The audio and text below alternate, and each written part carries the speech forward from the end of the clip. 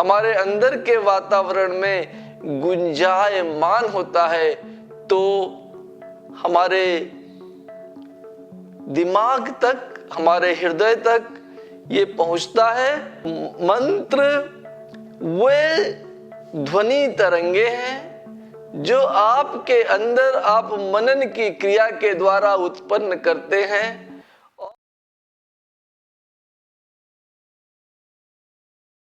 प्रश्न बहुत अच्छा है। मंत्र क्या है? हम रोज मंत्रों का उपयोग करते हैं, पर इस बात को समझ नहीं पाते, जान नहीं पाते कि मंत्र है क्या। मंत्र दो शब्दों से मिलकर बना हुआ एक शब्द है,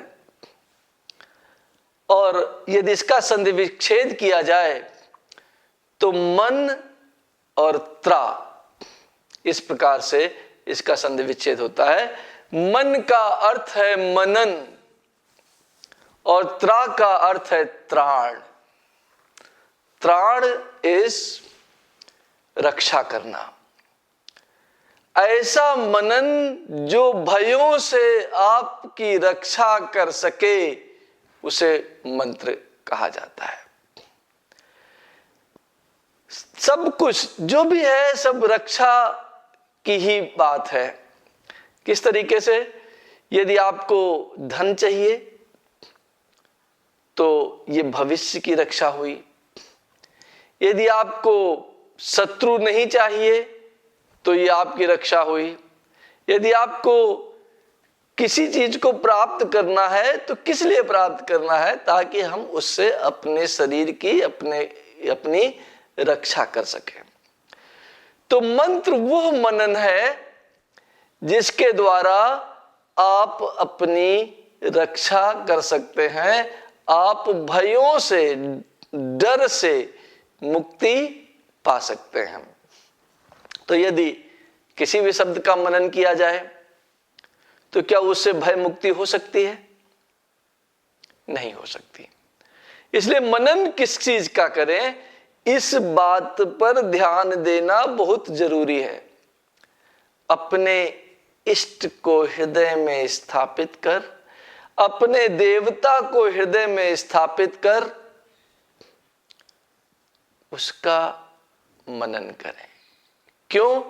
क्योंकि वो जो शब्द है, वो जो बीज मंत्र हैं, जो बीज अक्षर हैं, उन अक्षरों का मनन जब हमारे अंदर के वायुमंडल में, हमारे अंदर के वातावरण में गुंजायमान होता है तो हमारे दिमाग तक, हमारे हृदय तक ये पहुंचता है और सभी प्रकार के भयों से हमें मुक्त कर देता है। सभी प्रकार के भयों से हमें मुक्त कर देता है। तो यदि अब हम इसकी नई परिभाषा बनाना चाहें तो मंत्र देवता या इष्ट के तत्व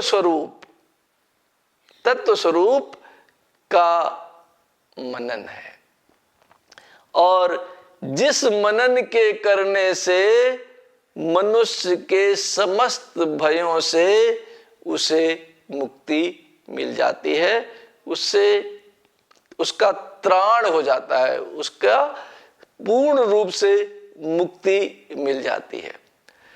तो मंत्र वे ध्वनि तरंगे हैं जो आपके अंदर आप मनन की क्रिया के द्वारा उत्पन्न करते हैं, और उसकी शक्ति आपके कण कण में, रक्त बिंदुओं में, मांसपेशियों में, हड्डियों में, आपके कण कण में व्याप्त हो जाती है, और उस व्याप्ति के कारण आपको किसी भी प्रकार का भय नहीं रहता है। ऐसे ही मनन करने के हम अपने आप को भय मुक्त कर सके और जो भी हमें चाहिए उसे प्राप्त कर सके, उस क्रिया को मंत्र के द्वारा ही संपन्न किया जा सकता है। धन्यवाद, आभार।